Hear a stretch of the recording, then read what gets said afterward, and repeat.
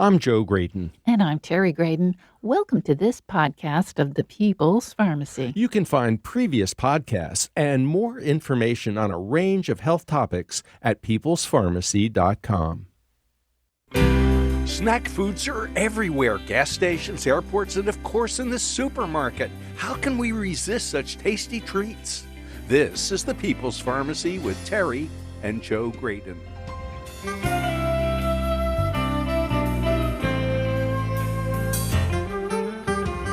Obesity and metabolic disorders are major health problems in America and increasingly around the world.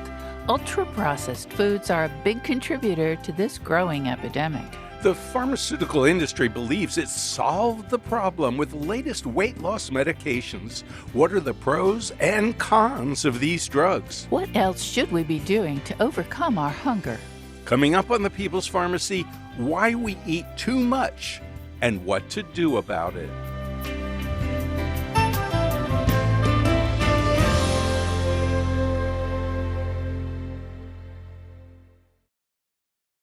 In the People's Pharmacy Health Headlines, highly processed foods often contain preservatives to keep them fresh. A new study from France suggests that a few of the most common preservatives may increase our risk of cancer. Researchers analyzed data from repeated dietary questionnaires completed over 15 years or longer. In this Nutrinet Santé study, the majority of the 105,000-plus French adults were women. No participant had cancer at the beginning of the study. The scientists looked at customary consumption of 17 different preservatives. 11 had no link to cancer. The remaining 6, however, modestly increased the risk for a range of cancers. Total sorbates, especially potassium sorbate, for example, increased the chance of a cancer diagnosis by 14% and that of a breast cancer diagnosis by 26%. You'll find potassium sorbate in dried fruit such as prunes or apricots. Cheese, baked goods, and soft drinks may also contain this preservative. Sodium nitrite increased the likelihood of prostate cancer, while sodium erythorbate increased the chance of any cancer by 12% and breast cancer by 21%. The investigators point out that the epidemiology linking preservatives to cancer might call for new regulations. They conclude, in the meantime, the findings support recommendations for consumers to favor freshly made, minimally processed foods. GLP-1 agonists like semaglutide have become immensely popular for weight loss as well as for blood sugar control. Now scientists suspect that tirzepatide, a combined GLP-1 and GIP agonist prescribed by the brand name Mounjaro and Zepbound, might also be useful against addiction. Researchers in Sweden tested tirzepatide in rats who had become accustomed to drinking alcohol. While they were on the drug, they cut their alcohol consumption by at least half compared to the control group. In addition, when they were once again exposed to alcohol after not having access for a while, they did not go back to their former level of alcohol consumption. The scientists found that tirzepatide reduces spikes of the reward-related neurotransmitter dopamine in the animals' brains. It's not clear whether the potential benefits observed in rats will translate to humans with alcohol use disorder, but it definitely deserves further research. If you've been wondering what you should eat to improve your chance at a long, healthy life, you're not alone. Curious nutrition scientists analyzed dietary data from more than 103,000 UK Biobank participants. They were all middle-aged and free of disease when the study started. Over a follow-up period of about 10.5 years, more than 4,000 of them had died. 5 different diets reduced the likelihood that a volunteer would die. The helpful diets included an alternate Mediterranean diet, an alternate healthy eating index, dietary approaches to stop hypertension, a healthful plant-based diet index, and the diabetes risk reduction diet. Those ranking in the top scores of any of these eating patterns could expect to live 1.5 to 3 years longer than those ranking at the bottom. The best patterns for men and women were slightly different, though. Men did best on the diabetes risk reduction diet, while women fared better on the alternate Mediterranean diet. Researchers had access to genetic information about all participants. However, taking genetics into account, did not alter the results on beneficial diets. Many people struggle with sleep. While experts often recommend getting more exercise during the day and improving sleep hygiene at night, these suggestions don't always result in the improved sleep that insomniacs would like. A randomized clinical trial in China found that a combination of high-intensity circuit training and sleep health intervention is more effective than either approach alone. The scientists recruited 112 women between 18 and 30 years of age and assigned them to one of four groups: training, sleep health intervention, both, or neither. The treatments lasted 2 months and demonstrated superiority of the combination approach. This resulted in better sleep efficiency and less waking during the night. And that's the health news from the People's Pharmacy this week.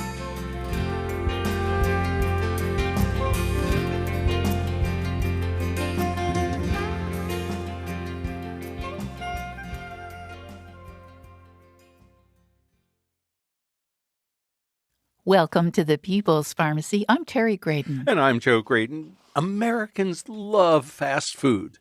We eat on the go. We eat in the car. We eat while watching television.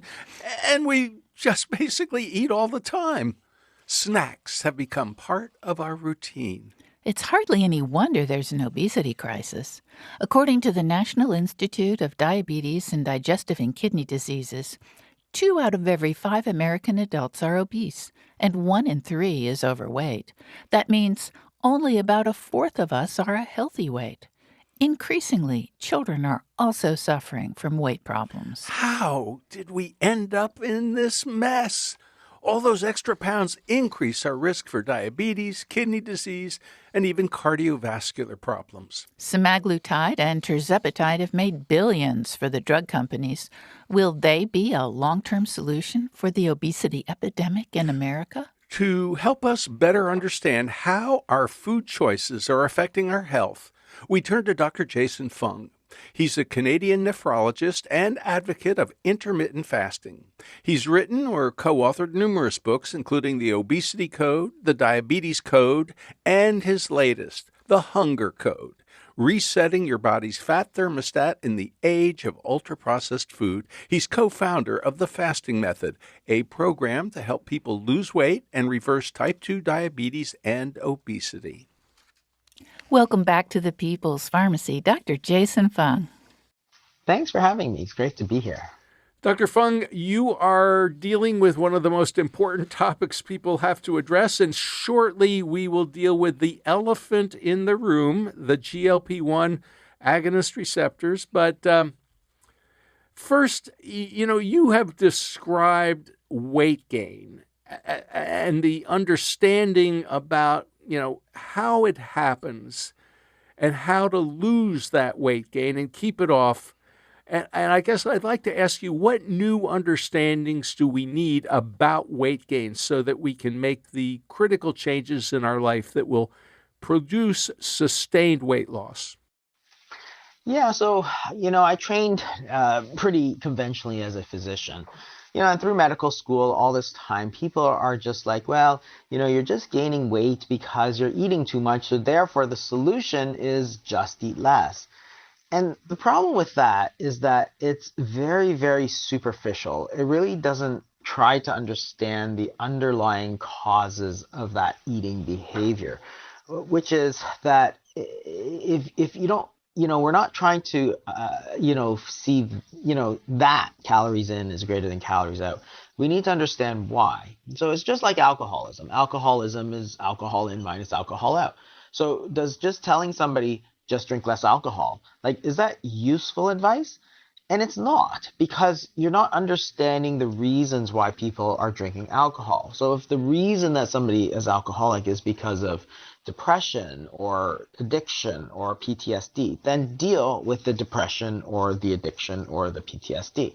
So it's the same thing with understanding why people are overeating, right? So the simple fact is that if you are trying to understand why people are sort of overeating, you have to understand why people are eating in the first place. And it's very simple. You eat because you're hungry, and you stop eating because you're full.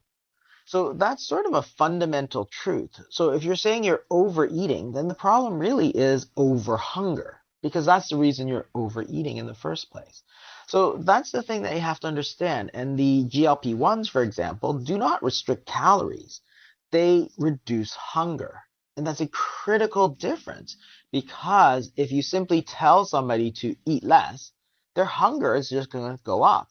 And your body is going to keep fighting itself. Your body's trying to make you eat more because you're going to be more hungry, and you're trying to eat less because you're trying to lose weight. And something always breaks at that point. So you have to understand what is hunger and how is it driving eating behavior. And actually a fascinating, complex topic. And it's not simply, because you ate, you're less hungry. There are different foods, for example, that create hunger and satiety. So you can eat, say, a 3 egg vegetable omelet, and that's going to make you really full. If you eat the same number of calories, but instead drink a frappuccino, you're hungry 5 minutes later. That's a huge difference, even though they're the same number of calories. So it's not the number of calories that determines hunger and satiety, it's the hormones that are triggered. So things like GLP-1, which is affected by the drug like Ozempic, but also, all these other hormones play a role. Insulin, cortisol, GLP-1, GIP, glucagon, the sex hormones play a role. So all of these different aspects of human physiology play a role, because food doesn't just contain calories, it contains information, right? And what it means is that the food energy is measured in calories, but when you eat a food, the minute you put it in your mouth, you produce different hormones. So the vegetable omelet, or with some kind of meat, for example, is going to stimulate a lot of GLP-1. The frappuccino is not, and that makes a difference. The frappuccino will stimulate a lot of insulin, and the egg omelet will not, and that makes a difference. Well, let me challenge you on one thing, if I may.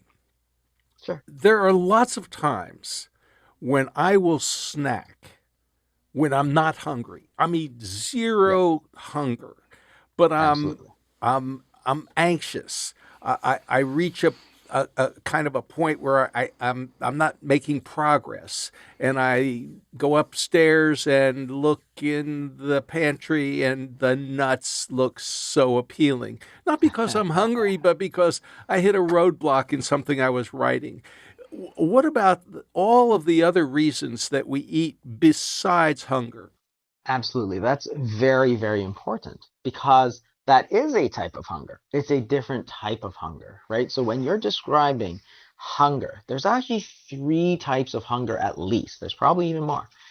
The physical hunger that we all think about is scientifically termed homeostatic hunger. That depends on the hormones, but that's not the only reason you eat, just like you said. There's a hedonic hunger. And hedonic is a word that means relating to pleasure, is that you eat because it makes you feel better, right? And That's that's the the dessert whole. hunger, right? Exactly, because nobody eats dessert because they're hungry physically. They're eating it because it looks good, it tastes good, it makes you feel better. Same thing with comfort foods. You're eating it to soothe that emotional hunger. You're trying to feel better. You're trying to give yourself pleasure, because eating gives us pleasure, and that's the reality. So why deny it? Why pretend like this hedonic hunger does not exist? If you're under a lot of stress, you need something to make you feel better. So you go look and, oh, hey, there's some cookies, or there's some nuts, or there's some whatever. That's emotional eating, right? That's a completely different type of hunger, but it is a type of hunger. And where that's important is really ultra processed foods. It speaks to ultra processed foods because ultra processed foods are really engineered to make you want them, right? They talk about bliss points, but there's all this artificial flavors, artificial colors, there's all this processing that makes it easy to eat, that minimizes satiety. So there's many, many different reasons why the ultra processed foods are engineered to create this hedonic hunger, so that you go out and eat them, not because of the physical, oh, my stomach is growling, I need something, but because of that emotional hunger. But then there's actually a third type of hunger called conditioned hunger. And again, conditioning is a phenomenon which is well described. So the classic example is Pavlov's dogs, for example. So You can take dogs, and if you give them food, they'll salivate, they'll become hungry. Now, you can take a neutral stimulus like a bell, which normally does not make dogs salivate. But if you pair the bell with the food consistently, when you bring a bell, the dogs will soon start to get hungry and salivate. So you've turned this sort of neutral stimulus into a conditioned response of hunger. But you think about what we're doing in the United States, right? People eat all the time. The minute you get up, you have to eat. If you get a coffee, you have to eat. If you go for lunch, it's lunchtime, you have to eat. If it's a meeting, you have to eat. If it's dinner time, you have to eat. If it's bedtime, you have to take a snack. If you go in the car, you're used to eating. If you watch a movie, you're eating. If you're watching sporting events, you're eating. If you're watching, eating in front of the computer, you're eating. Everywhere is food, food, food. The commercials have food everywhere. You go to the mall, there's billboards, there's food, there's smells. Everywhere you look, there's food. And what it does is you've paired all these things with food. So now you sit in front of the movie theater, you sit in front of the TV, now you become hungry. You stimulated this conditioned hunger.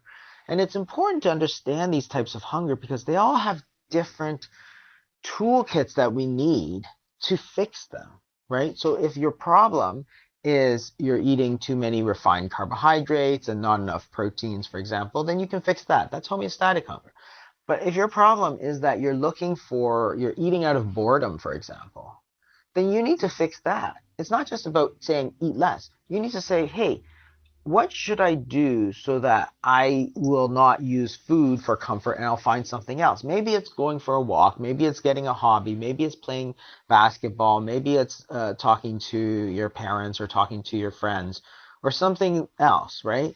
But what you've done is you've identified the hedonic hunger and you've been able to neutralize it because you understand it to say, hey, instead of, going to food to feel better, I'm going to go for a walk. I'm going to go get a manicure or pedicure. I'm going to go for a massage. I'm going to talk to my friend to feel better. And I'm going to schedule this on a regular basis, right? But it's a different toolkit. Or if your problem is conditioned hunger, that every time you walk past the coffee store, you have to get a muffin, then you say, oh, this is conditioned hunger. But now you understand it. So say, oh, what I'm going to do, I'm going to start using my app and I'm going to order coffee and only coffee. Now when I go pick it up, that's all I get, right? Because I'm not lining up, right? Or perhaps you take a different route so you don't walk past the coffee store. Exactly. Or you say, okay, well, I'm not going to go to the mall because they have the Cinnabon there that's wafting all that, wonderful cinnamon bun smell that's snagged so many people. You're listening to Dr. Jason Fung, nephrologist and author of The Hunger Code, Resetting Your Body's Fat Thermostat in the Age of Ultra-Processed Food. After the break, we'll discuss the GLP-1 agonists like Ozempic and Wegovy. How long might people take them and what happens when they stop? How can you fix all three types of hunger? Hedonic hunger, eating because something tastes yummy, is the hardest to address. Getting enough protein and fiber alone may not do the job. If obesity is multifactorial, which factors are most important?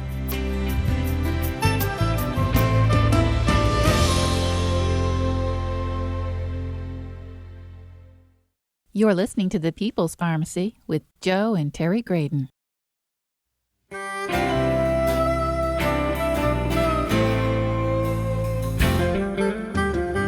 Welcome back to the People's Pharmacy. I'm Joe Graydon. And I'm Terry Graydon. The People's Pharmacy is brought to you in part by Spatial Sleep, a non-drug approach to help you fall asleep and stay asleep without medications. More information at spatialsleep.com. And by Sonu, an FDA-approved drug-free treatment for nasal congestion and runny nose, using sound instead of steroids. More at getsonu.com. That's get, SONU.com. Today, we're talking about why we eat too much and what we can do about it. The pharmaceutical industry thinks it's figured out the solution. If everyone just took a drug like Wegovy or Zepbound, the problem would be solved. Except the drugs are expensive and have some serious side effects. Some researchers estimate that 50 to 75% of those who start on such medications quit within a year or two. What happens then? To find out, we're talking with Dr. Jason Fung. He's a Canadian nephrologist and advocate of intermittent fasting. He's written or co authored numerous books, including The Obesity Code, The Diabetes Code, and his latest, The Hunger Code, Resetting Your Body's Fat Thermostat in the Age of Ultra Processed Food. He's co founder of the Fasting Method, a program to help people lose weight and reverse type 2 diabetes and obesity. Dr. Fung, you've described elegantly the different kinds of hunger and perhaps how we can modify our response to boredom or actual, oh, I am so hungry, I can barely stand it. And we want to segue to the elephant. It's not just an elephant, it's a gigantic elephant. It is the GLP-1 receptor agonists, the Ozempics, the Mounjaros. There's no question that they have changed the world because literally millions of people all around the world are taking these medications, now coming out in oral form instead of injectable form. So I guess the first question is, why do they work? And clearly they do. How long should people be taking them?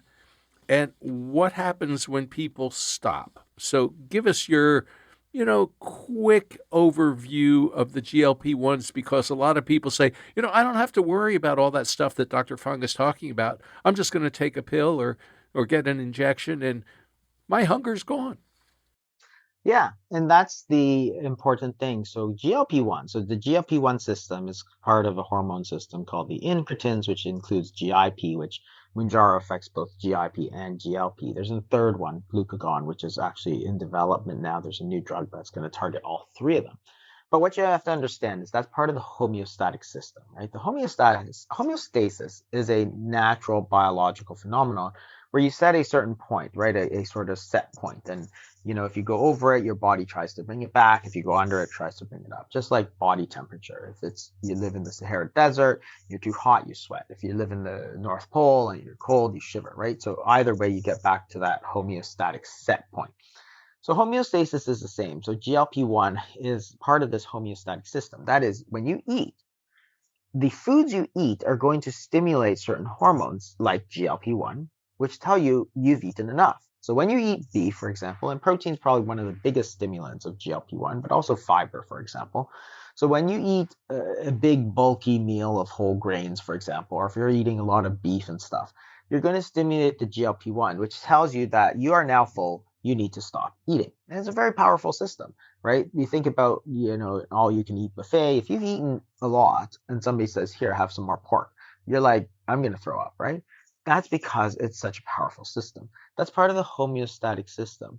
And that's why when you stimulate that system, you can create satiety and overwhelm the hunger from a homeostatic standpoint. The problem is with that drug is that it sometimes goes over the line and you get side effects, right? So nausea, vomiting, and that's one of the problems. But it works, right? People stop eating because they're full, right? So it's not about restricting calories, it's about restricting hunger. And this can lead into those other types of hunger, because if you have emotional hunger, that is hedonic hunger, or if you have conditioned hunger, so you go to the car and normally you would want to eat. But what you've done is you've overwhelmed it with satiety coming from this GLP-1 system. Then you're not going to want to eat because you've sated this hunger. But it's not a normal satiety, right? So when you look at the GLP-1 levels, the drugs don't give you normal levels. They give you super physiologic, pharmacologic doses of this GLP-1 system. That's why it can overwhelm those other systems. So it can certainly work. The major problems is there's a couple of them. One is that there's side effects, right? But if you can tolerate the side effects, then the other major problem is that when you stop taking it, you will gain all that weight back. Why? Because you never learned to fix the problem. You simply overwhelmed it with GLP-1 to fix all your problems. So if your problem is emotional eating or your problem is conditioned hunger, you can take a drug and overwhelm it by affecting the homeostatic system. but you never fix the underlying emotional hunger or the hedonic hunger or the conditioned hunger, right? And that's the problem, because then when you take away that drug, all your weight comes rushing right back. And so, the most effective is really to pair the two, right? It's not to say that you should never use GLP-1. They have a role because certain people have to lose weight. So they do have a lot of benefits, right? So when you lose weight, you do better from a diabetes standpoint, you do better from a heart standpoint, fatty liver. So there are a number of medical benefits, but understand that you're not actually fixing the problem that led to the weight gain in the first place, right? You fixed it by using a separate thing, right? So that's why when you stop and you haven't fixed those other problems, then it's going to come back. So if you can use that as a sort of bridge and say, okay, well, I'm going to use this to help me now, but I'm going to try and understand, what is it? Why am I eating so much? Why am I always hungry? Is it conditioned hunger? Is it hedonic hunger? Is it homeostatic hunger? And try and fix it. Then you're going to be more successful when you do try to come off of it. Let's talk a little bit about fixing that hunger then. Especially, I think, the hedonic hunger, I think, is something that people find very difficult to address. And I'm not sure that, making sure that you eat your protein and your fiber is going to address the hedonic hunger problem, is it?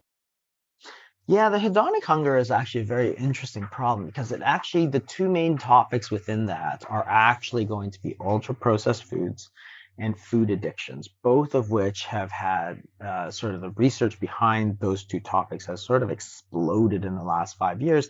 And that's really what the hunger code I cover in the new book, is a lot of this new understanding of sort of hedonic hunger and the reason why ultra processed foods are so dangerous. So to give you some history, in the 1977 dietary guidelines, the dietary villain was fat, right? So everything had to be low fat. So remember, low fat this, low fat that.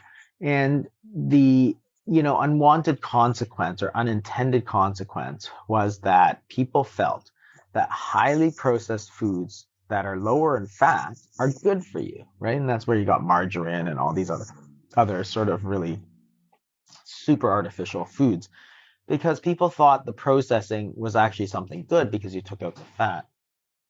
The problem with ultra processed foods is that you can create them in any way you want. And as a food company, if you're making a food, you want to engineer it for maximum pleasure, right? So, you want to create huge dopamine spikes, huge glucose spikes, because when you can take a food and the way you engineer it is by not just the salt and the sugar and the fat, or you talk about bliss points and stuff, but you engineer it by creating very quick absorption. So if you eat a food and it's really, really easy to eat, right? It practically melts in your mouth, it goes into your stomach, and then basically goes absorbed very quickly, then you're going to get massive spikes in your blood of all these things, which is going to give you a big hit in terms of dopamine and pleasure and so on, right? And of course, it tastes like more.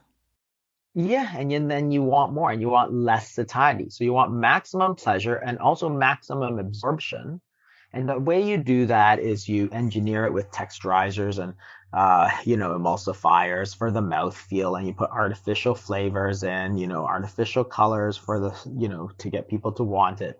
And then you take away everything that gets in the way and creates satiety. So first is creating the pleasure, so for the hedonic side of things, because the quicker you absorb these the food, the faster it goes from sort of your mouth into your bloodstream, the more effective it is. And that's why you smoke nicotine, for example, because when you smoke cigarettes, the nicotine goes from your lungs into your blood vessels through the lungs, right? You don't eat it, because eating the nicotine is much slower, right? And that's why you use nicotine gum to sort of wean yourself off, because by the time you eat it and it gets through the stomach and into the intestines and into the bloodstream, it's so much slower. You don't get the quick hit. All right, Dr. Fung, here's the question.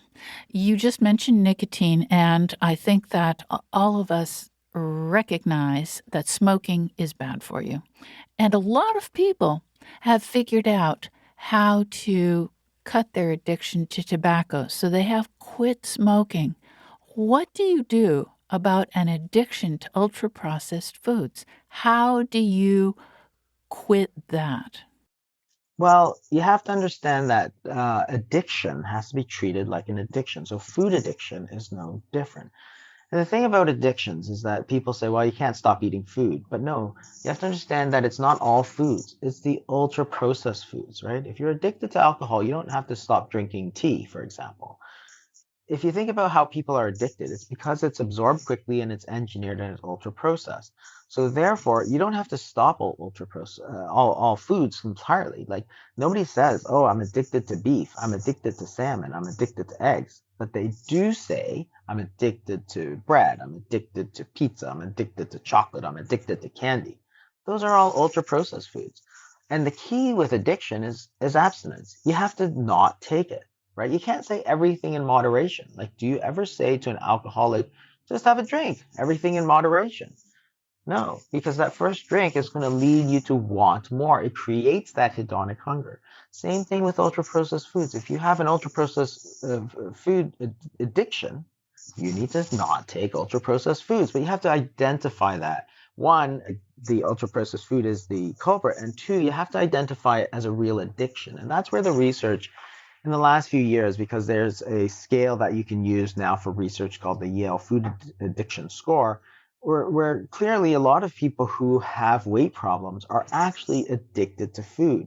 But people who are well-meaning will say, hey, you can have this cookie, everything in moderation. It's only 50 calories, right? That's like saying to an alcoholic, just have a drink, everything in moderation. You haven't had one in a while, right? It doesn't work because you haven't identified the problem as a food addiction. And that's a problem with the hedonic side of the hunger. Dr. Fung, you offer us a wonderful little story in your book, The Hunger Code, a story about Harry. And I hope that you remember Harry and can tell us what he did to lose weight, because you lay out several different approaches that he used, not just one thing, but several. Can you tell us the story of Harry? So, yeah, Harry was somebody we worked with at the fasting method. And, for him, he recognized that part of his problem was sort of how he ate the foods. And so one of the things that he was able to use very successfully is fasting, because fasting helps him sort of break a lot of the conditioned hunger and broke a lot of the hedonic hunger. He was able to lose some weight. But then even when he started eating again, he ate differently by combining carbohydrates with other foods rather than eating them alone, for example. So when you eat carbohydrates by themselves, which I call naked carbohydrates, you're getting a very quick hit of carbohydrates, and this is causing a lot of this hedonic hunger. But if you eat it with other things, it's going to slow down the absorption. So it's just sort of like if you think about alcohol, drinking alcohol on an empty stomach, not always a great idea because the alcohol really starts to hit you. Same thing with the carbohydrates. If you're eating it with proteins and fats, and you're mixing it, you're gonna absorb it slower and get less of that hit.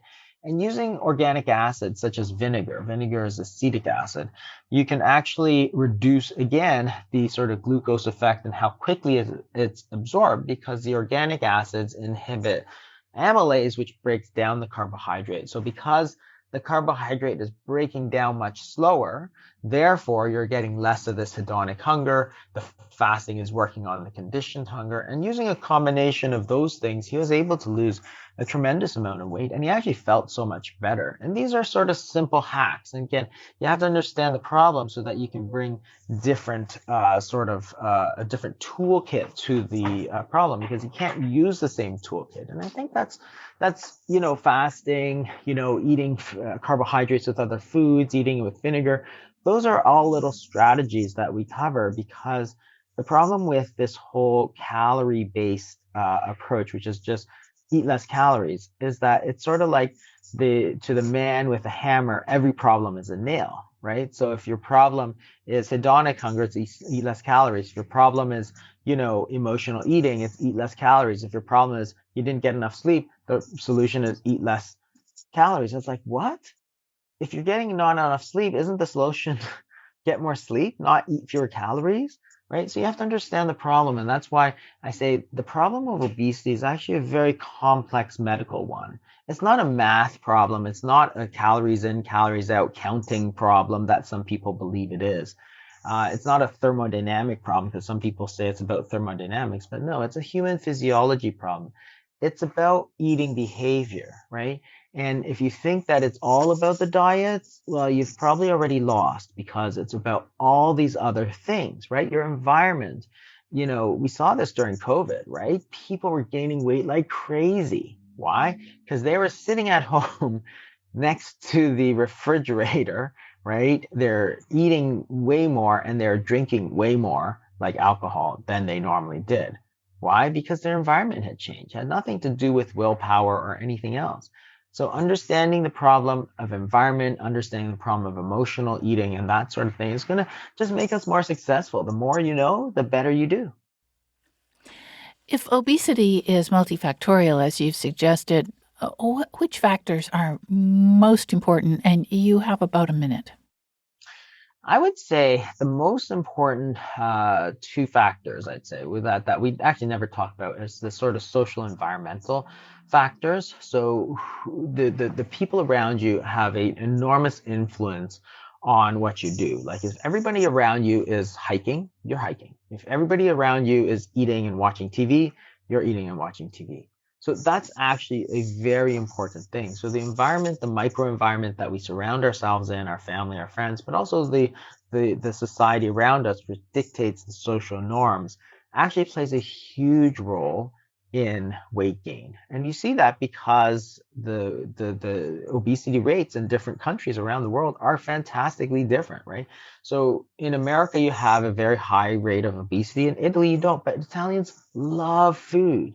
They absolutely love food. But you take those Italians, stick them in America, and they all become obese. Why? It's not the people. The people are the same. It's the environment that they're in. This ultra processed environment where all our foods are sort of artificial and so on. In Italy, it's not like that. They have a much lower level of ultra processed food. So the food environment, the microenvironment, ultra processed foods, those are the most important things that we need to talk about. You're listening to Dr. Jason Fung. His latest book is The Hunger Code, Resetting Your Body's Fat Thermostat in the Age of Ultra-Processed Food. After the break, Dr. Fung will share his 3 golden rules of weight control.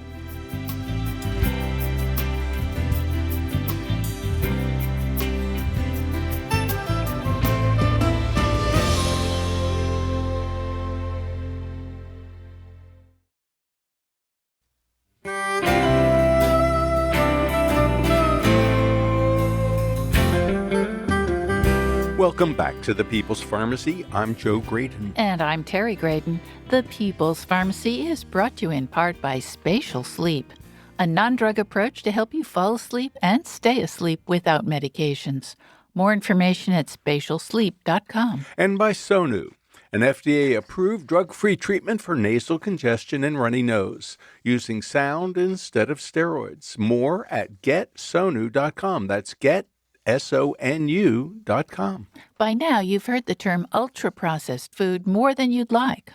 What does it mean? How should you be shopping to avoid these tempting treats? We're talking today with nephrologist Dr. Jason Fung. He is co-founder of the Fasting Method, a program to help people lose weight and reverse type 2 diabetes and obesity.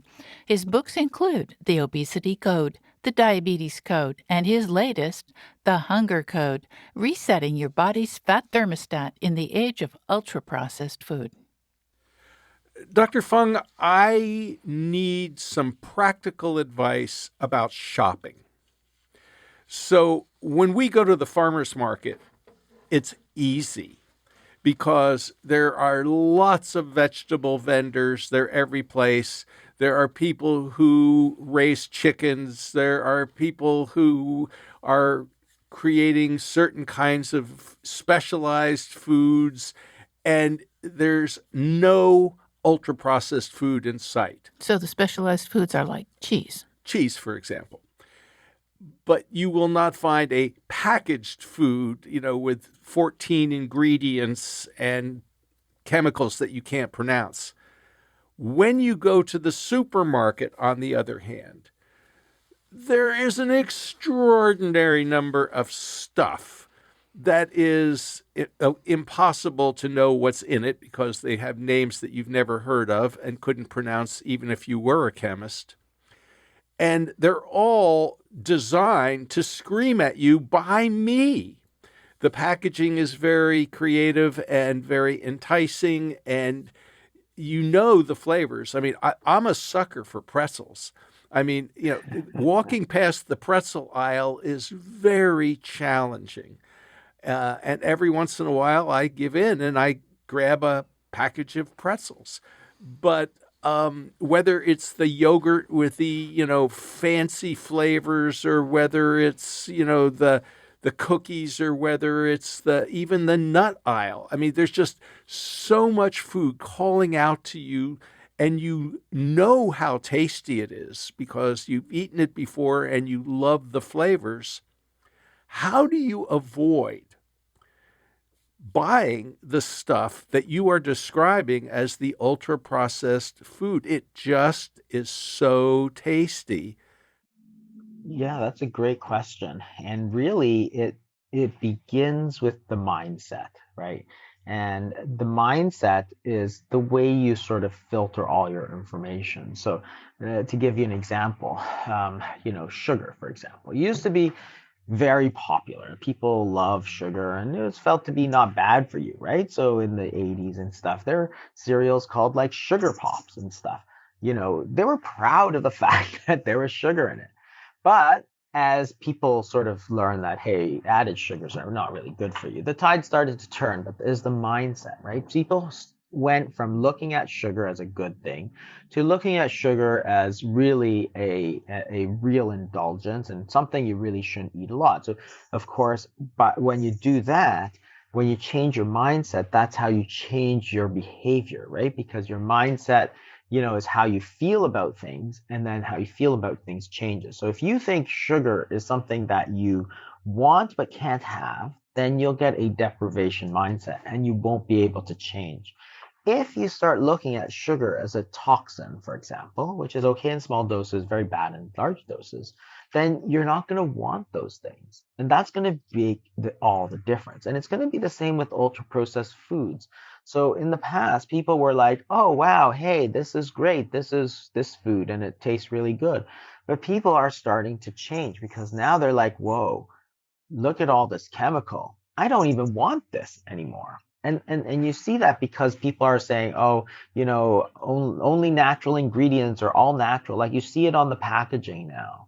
But it's the mindset, because if you take that mindset that this is really, really bad for me, and maybe it tastes good, but it's really horrible stuff, you're not going to want that anymore. So, you go to certain places like the California and, the farmers markets and stuff, right? And then it makes it easy because those are what you have to do is change your mindset. And to some extent, when you decide to change your mindset, what you have to do is just repeat yourself, oh, that's too ultra processed. I can't eat that anymore. And it's not always so obvious, right? So I give an example in the hunger code of sour cream. So sour cream should just be cream, right? That's all it really should be, with some bacterial cultures. Same with yogurt, right? It should be just bacterial cultures and milk. But if you look at a lot of sour creams on the market, they have xanthan gum and carrageenan and this and that. I don't even know what it is. And it's like, I thought I was getting sour cream. I'm getting 6 different chemicals in my body. So I look at that, and because my mindset has changed over the last, 5 or 10 years, now I'm sort of revulsed a little bit because it's like, I want sour cream. I'm not buying carrageenan, right? I don't want carrageenan. Don't put it in my sour cream. Or the yogurt, right? I look at certain yogurts, I was like, okay, but there's all this sugar, there's all this other stuff in it, there's all this xanthan gum in it. Like that's terrible stuff. So I don't even want it, right? So yes, it might be delicious, but changing your mindset actually is the first step to changing your behavior. So understanding the sort of toxic nature of those ultra processed foods, and then repeating to yourself that, hey, this is bad for me. I don't even want this, right? And at first it feels a little artificial, but over time, as you start to repeat it over and over to yourself, it's like, ah, gross, so ultra processed, so ultra processed. eventually you move away from actually even wanting that. And that's where it doesn't even have a hold on you anymore. And sure, once in a while, you're still going to have it. But what you want to do is cut down from, say, 70% ultra processed foods, which is where the Americans, the general American diet is, to like, maybe 25, 30% like the Italians. Dr. Fung, you mentioned a deprivation mindset, and I think that's where a lot of people approach fasting. Oh, I can't eat today. I'm gonna feel terrible. And you are a proponent of fasting. That's what we mostly talked about years ago when we spoke to you before.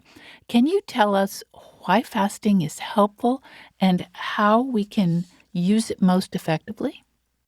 Yeah, so fasting is really just letting your body use up its stores of calories. So remember, body fat is simply a store of calories.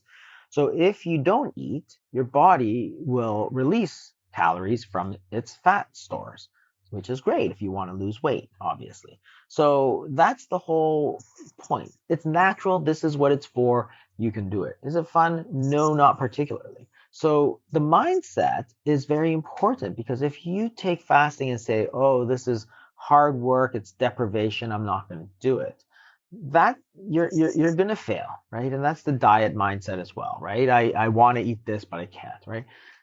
You have to change that. So instead of viewing fasting as a chore that you don't want to do, you want to see it as an opportunity. You want to say, hey, this is an opportunity for me to use my stores of body fat because as I lose this weight, I'm going to be healthier, I'm going to feel better, and I'm going to look better, right? So you have to just keep repeating that to yourself. Again, first, it feels very unnatural. Then after a while, it's like, oh, okay. Because I remember, sometimes when I do fast, I do sort of sometimes a bit longer because I find it very helpful because it helps some of the aches and pains and stuff. And so I view it very positively. And the thing about fasting is that it used to be something very positive, right? It used to be called a cleanse, a detoxification, a purification. It was always positively associated with improved outcomes, right? It's only been in the last 10 years that people said, oh, fasting's bad for you. But because I find it, I feel good sometimes on it, like I feel some of these aches and pains better. Sometimes I get a little annoyed when people are like, oh, let's go out for dinner. I'm like, damn, I'm in the middle of a fast. I don't want to go, right? But then Well, I don't want to be rude, right? let's just stop there for a second because when you say fasting, that means a lot of different things to a lot of different people. So for some people, it means, well, I'm not going to eat for the next 3 days. And for other people, it's, well, I'm only going to eat until 2 o'clock in the afternoon. So I'll have breakfast and I'll have lunch, but then I won't eat again until the next morning. I won't eat dinner and I won't eat snacks before going to bed. Other people say, no, no, I'm not going to have any breakfast. I'll just wait until noon, and that'll be my first meal, and then I'll have a little snack at 5 o'clock, and then I won't eat anything again until the next day at noon. So, what do you mean when you say fasting? Fasting can be any of that. So, fasting is just any period of time that you choose to not eat. So it could be, it could be any of those. It could be 12 hours, it could be 16 hours, it could be 24 hours, it could be 2 days, 3 days, 4 days, and so on. So it doesn't really matter, but whatever you feel, is your appropriate period of fasting that you want to do, then that's your fasting period, right? So if you eat dinner at, 5 o'clock, 6 o'clock, and you decide to have an early dinner and then push breakfast late, for example, so you have an 8 hour eating window and a 16-hour fasting window. That's a very popular term called the 16-8 fast, and it helps for a lot of people, right? But what you want to do is make sure that you're viewing your fasting period as your cleansing period, something you're doing to make you feel good. And when you put down food rules like that, it helps you stick to it because it's a lot easier to stick to that rule because you say, well, I'm not going to eat between, say, 6 o'clock at night to, 10 o'clock in the morning. That's my fasting period. Then you're no longer tempted because you've set that for your rule because you're feeling like that's what you need to stay healthy. Then it's easier to stick to it rather than something very nebulous like calories, which is like eat whenever you want, whatever you want, as long as you stay within these calorie limits, right?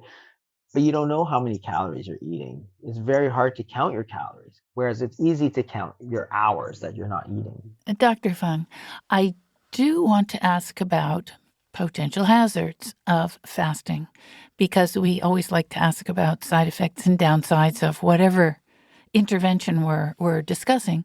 And it strikes me that there might be some people who could get themselves into trouble, people who are prone to eating disorders. Can you address that at all, please? Yeah, so in fact, eating disorders is always a concern. The data on the studies on fasting show that it doesn't increase the risk of eating disorders. Because remember, fasting doesn't mean that you're not eating for 40 days and 40 nights, right? It could be simply you don't eat after dinner until breakfast time, right? That's the very term break fast. That's the meal that breaks your fast, which implies that you should be fasting for a period of time every single day. Because when you're eating more calories than you can use at that moment. So therefore, you need to fast in order to eat the calories that you've stored up. And that's completely natural and normal. Same with body fat. It's a natural thing to use your body fat. And the only way you can use your body fat is to not eat. Because when you eat, you're going to be storing calories. It's only when you don't eat that you're going to be burning them. Eating disorders like anorexia nervosa are very important, but they're actually psychological disorders of body perception. That is, people feel that they're too fat and therefore they don't eat. So when you look at even fasting in people who have, anorexia in the past, you don't find an increased risk of anorexia when people are fasting. It's fasting is what anorexics do, but it's not what triggers them off. It's just like washing your hands doesn't make you obsessive compulsive, right? It just means you're washing your hands, right? Whereas obsessive compulsive disorder, people wash their hands, 200-300 times a day, sort of thing, right? But washing your hands, it doesn't go the other way. Washing your hands doesn't cause obsessive compulsive disorder. Obsessive compulsive disorders do make you wash your hands, right? Same thing with the fasting. Thank you for clarifying that. We are running low on time, and I'm wondering if you could just explain to us your 3 golden rules for weight control. So the golden rules really are very old rules that have been around for a long time. Number one is don't eat ultra processed foods to the maximum extent possible, right? And it's a golden rule because it cuts across all 3 different types of hunger. The homeostatic hunger, because these foods are processed to minimize satiety. Because if you eat foods that make you full, you're not going to eat as much. So when they engineer these processed foods, they don't want you to get full. So you buy more and they make more money, but you gain weight. So that's homeostatic hunger. They're also engineered to maximize hedonic hunger. And because they're so heavily advertised and so easy, right? Packaging, you don't need to cook and all this sort of stuff. They're very easy to build into habits. So you go in front of the TV, you're not cooking a steak, you're grabbing a pack of Cheetos or whatever. So because it can, it cuts across all the different types of hunger, that's sort of the most important thing, the golden rule number one. And that's really been identified in the most recent dietary guidelines as well. Eat real food.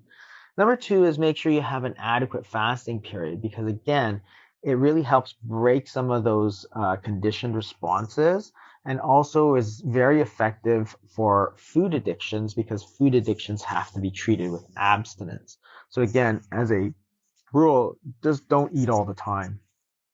Make sure you have a good period of time where you're going to burn off the calories that you ate, right? And that's just natural and normal. And both of those have been around for a long time. And the third golden rule is make sure you have the social environment that allows you to succeed. Because again, what you eat, how much you eat, how you eat, all of those things are influenced to a huge extent by the people you surround yourself with and the environment that you're with.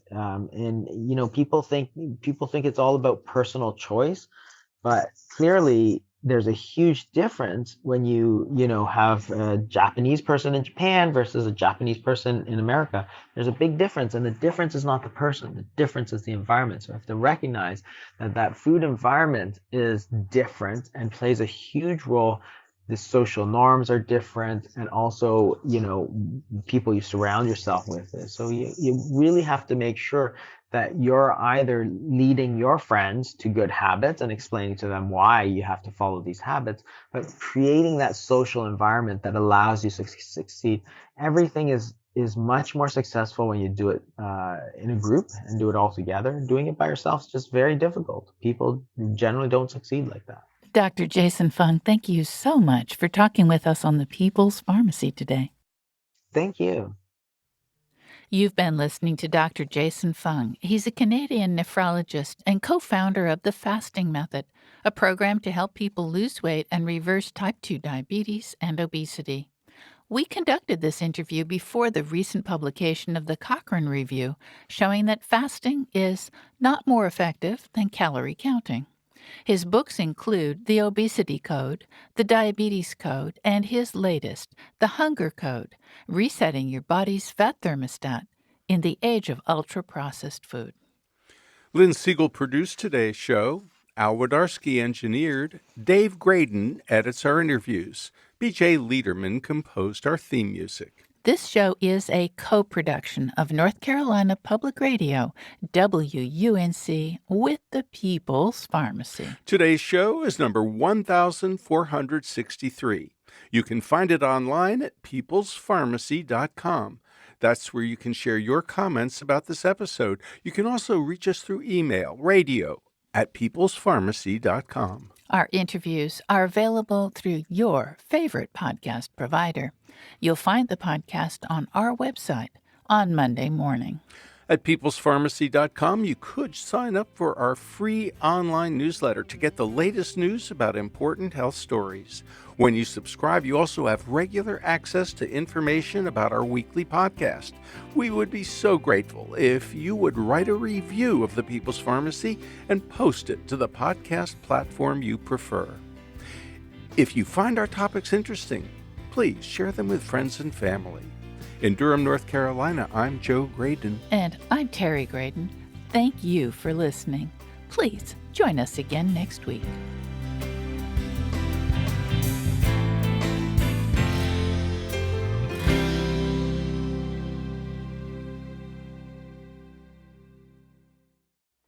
Thank you for listening to the People's Pharmacy Podcast.